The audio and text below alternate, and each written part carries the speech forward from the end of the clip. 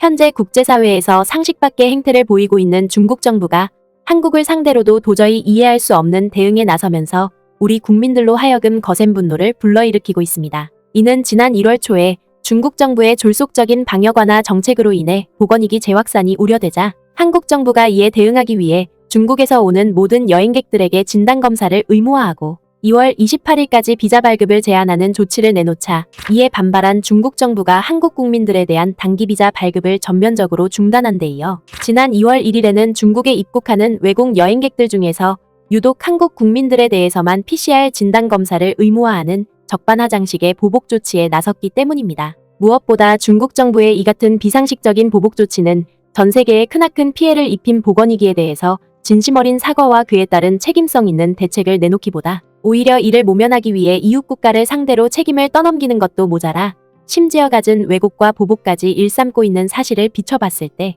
중국 정부의 이러한 행태는 분명히 한국과 국제사회로부터 규탄받아 마땅합니다. 특히 이러한 상황에서 우리가 눈여겨볼 것은 비단 우리뿐만 아니라 중국 정부의 이러한 행태에 붕괴하고 있는 세계의 수많은 국가들이 중국과의 협력을 단절하고 한국과 전방위적인 경제동맹에 나서면서 중국 정부의 외교적 입지를 더더욱 축소시키고 있다는 점입니다. 실제로 최근에도 중국의 일방적인 1대1로 사업에 분노한 페루 정부가 중국과의 협력을 멀리하고 한국 손을 잡는 광경을 연출하면서 중국 정부를 아연실색해 하고 있는 상황입니다. 이와 관련해 지난 2월 1일 남미의 유력 매체인 비엔 아메리카는 최근 페루 교통부가 자국의 철도와 도로를 비롯한 교통사업권을 전적으로 한국에 맡기는 결단을 내리고 나섰다며 이를 대대적으로 보도했습니다. 그러면서 이 매체는 페루 교통통신부 장관을 맡고 있는 파울라 라자르테 장관이 최근 페루를 방문한 한국의 국토교통부 관계자들을 만난 자리에서 양국 간의 우호관계 강화를 위해 중요 교통 분야에서의 협력을 도모하기로 했다고 보도했습니다.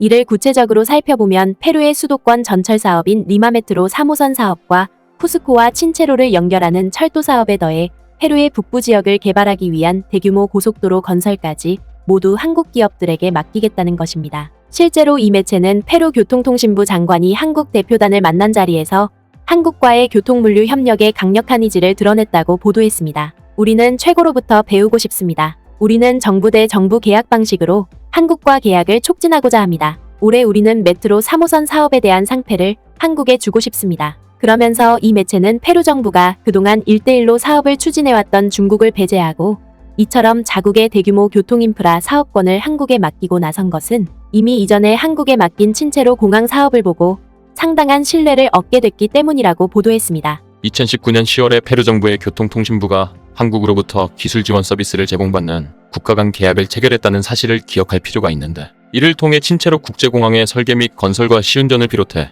프로젝트 관리 사무소의 노하우를 지원받고 있다. 따라서 이 매체는 한국이 그동안 첨단 기술을 바탕으로 페루와의 양자협력에 깊은 애정을 드러내왔던 만큼 페루 정부가 자국의 교통사업권을 한국에게 도맡기고 나선 것은 어찌 보면 당연할 수밖에 없다고 보도했습니다. 그리고 이러한 상황은 페루에서 뿐만 아니라 최근 몽골 정부 또한 마찬가지로 자국의 국가 경제를 운영하는 데 있어서 가장 핵심적인 요소로 한국 시스템을 손꼽고 나서면서 가뜩이나 한국 기업들의 거센 돌풍으로 인해 몽골에서 영향력이 급속도로 쇠퇴하고 있는 중국 정부를 더더욱 당혹스럽게 하고 있는 상황입니다. 이와 관련해 몽골의 유력 매체인 뉴스엠에는 최근 자국 정부가 한국으로부터 국가결제 시스템을 도입함에 따라 마침내 몽골에서도 선진적인 지불 시스템이 마련됐다며 매우 큰 환호성을 터뜨렸습니다. 그러면서 이 매체는 한국의 주요 통신기업인 KT의 지원 아래 한국의 BC카드와 몽골 중앙은행이 몽골의 디지털 금융 인프라 구축을 위한 전략적 파트너십을 체결했다고 보도했습니다.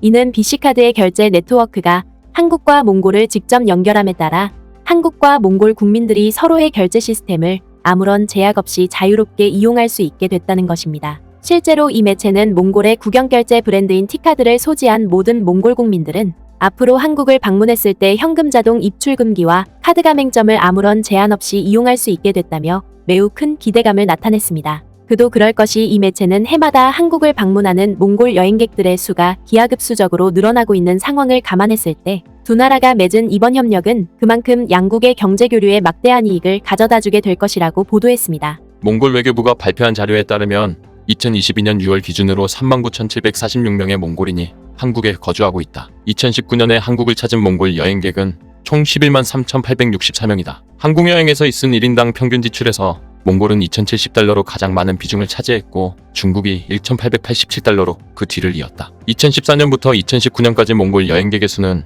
연평균 16.9%로 급증했다. 뿐만 아니라 몽골 현지 매체는 두 나라의 이번 협력을 통해 몽골의 지불 결제 시스템 또한 획기적으로 발전하게 될 것이라고 보도했습니다. 바로 BC카드가 글로벌 결제 인프라 확장을 위해 자체 기술력으로 통합 결제 시스템인 BAIS를 개발했는데 몽골 정부가 이를 범정부 차원의 결제 솔루션으로 도입함으로써 보다 체계적이고 효율적인 결제 인프라를 구축하려 한다는 것입니다. 또한 몽골 정부는 이번 협력을 통해 BC카드가 설계한 통합 매입 시스템도 함께 도입하기로 하고 이를 공공바우처 등 디지털 기반의 행정 플랫폼을 구축하는 데 있어서 핵심 근간으로 활용키로 했다는 것입니다. 이는 달리 말해서 한국의 국민행복카드와 같은 정부 바우처 플랫폼이 몽골에도 그대로 구축된다는 것입니다. 따라서 이 매체는 두 나라를 연결하는 결제 네트워크가 구축됨에 따라 한국과 몽골의 경제 동맹이 한층 더 업그레이드 될 것이라고 보도했습니다. 그리고 몽골에 이어 독일에서도 조만간 들여올 한국 선박을 통해 대규모 국가 행사를 준비하고 있다는 독일 매체들의 특집 보도가 연일 잇따르면서 조선 분야에서 한국과 치열한 경쟁을 펼치고 있는 중국의 조선 기업들을 아연실색해하고 있는 상황입니다. 지난 2월 1일 독일의 대표 방송 매체인 NDR 방송은 한국에서 건조되고 있는 기록적인 컨테이너 선박이 오는 10월 2일에 독일에 인도될 예정인데 이때를 맞춰 독일 통일 33주년을 기념하는 대규모 행사가 개최될 예정이라며 이를 대서특필로 다뤘습니다. 이와 관련해 독일 현지 매체인 NDR 방송은 독일 함부르크에 위치한 글로벌 해운 기업인 하팍노이드가 오는 가을에 한국에서 당도하는 초대형 컨테이너 화물선에 베를린 익스프레스라는 이름을 명명하게 될 것이라고 보도했습니다. 이에 따라 독일 국기를 개양한 독일의 가장 큰 선박이 함부르크에서 명명될 예정이다. 베를린 익스프레스는 현재 한국 조선소에서 건조되고 있다. 또한 이 매체는 한국의 대우조선해양이 건조 중인 이 선박은 오는 10월 2일에 함부르크항에 당도할 예정인데 이를 환영하기 위해 수십만 명의 인파가 몰려들게 될 것이라며 매우 큰 기대감을 나타냈습니다. 바로 독일 통일 33주년을 기념하는 성대한 기념행사가 10월 2일부터 10월 3일까지 함부르크에서 열리는데 이때를 맞춰 베를린 익스프레스에 대한 세례식이 대규모로 진행된다는 것입니다. 무엇보다 독일 국민들에게 있어서 해마다 돌아오는 10월 3일은 매우 뜻깊은 날이라고 할 수 있습니다. 이는 우리 모두 익히 알고 있듯이 1945년에 2차 세계대전의 책임을 물어 연합국에 의해 동과 서로 분단된 독일이 정확히 45년 뒤인 1990년 10월 3일에 역사적인 통일을 맞이했기 때문입니다. 특히 이보다 앞선 1989년 11월 9일에는 동서냉전의 상징인 베를린 장벽이 독일 국민들에 의해 무너지면서 통일의 기틀을 마련하기도 했습니다. 따라서 독일 국민들에게 매우 특별한 기념일에 한국에서 건조된 컨테이너 화물선이 메인 행사의 주인공이 된다는 것은 아직까지 분단이 이어지고 있는 우리에게 남다르게 다가올 수밖에 없습니다. 뒤이어 이 매체는 독일 정부가 이처럼 한국에서 인도받은 선박을 중심으로 역대급 통일 행사를 개최하고 나선 것은 나름의 이유가 있기 때문이라고 보도했습니다. 바로 대우조선해양이 건조하는 이 선박은 길이만 해도 400m에 달하고 적재화물 또한 무려 24,000개의 컨테이너를 수용하는데 이는 독일 역사상 최대 규모의 화물선으로 기록될 만큼 엄청난 위용을 자랑하기 때문에 통일 이후 독일의 영광을 상징하는 아이콘으로서 전혀 손색이 없다는 것입니다. 더군다나 이 매체는 이날 명명식에는 매우 특별한 손님이 참석하게 될 것이라고 보도했습니다. 베를린 익스프레스의 데모는 프랑크 발터 슈타인마이어 대통령의 영부인인 엘케 비덴벤더가 될 것이다. 이는 바로 조선소에서 건조된 배를 선주에게 건네기 직전에 명명식을 진행하고 이때 데모는 선박의 이름을 부른 뒤에 선체와 선대를 연결하는 명명줄을 도끼로 자르는 의식을 수행하는데 10월 2일에 진행될 베를린 익스프레스의 명명식에는 독일 대통령의 영부인이 직접 데모를 맡게 된다는 것입니다. 따라서 10월에 개최될 화물선 명명식 행사에는 수십만 명의 환영 인파뿐만 아니라 독일 영부인이 직접 데모로 참가하는 모습까지 선보임으로써 한국의 기술 명성이 또다시 새로운 이정표를 세우게 됐다는 것입니다. 결국 독일 매체의 이러한 보도는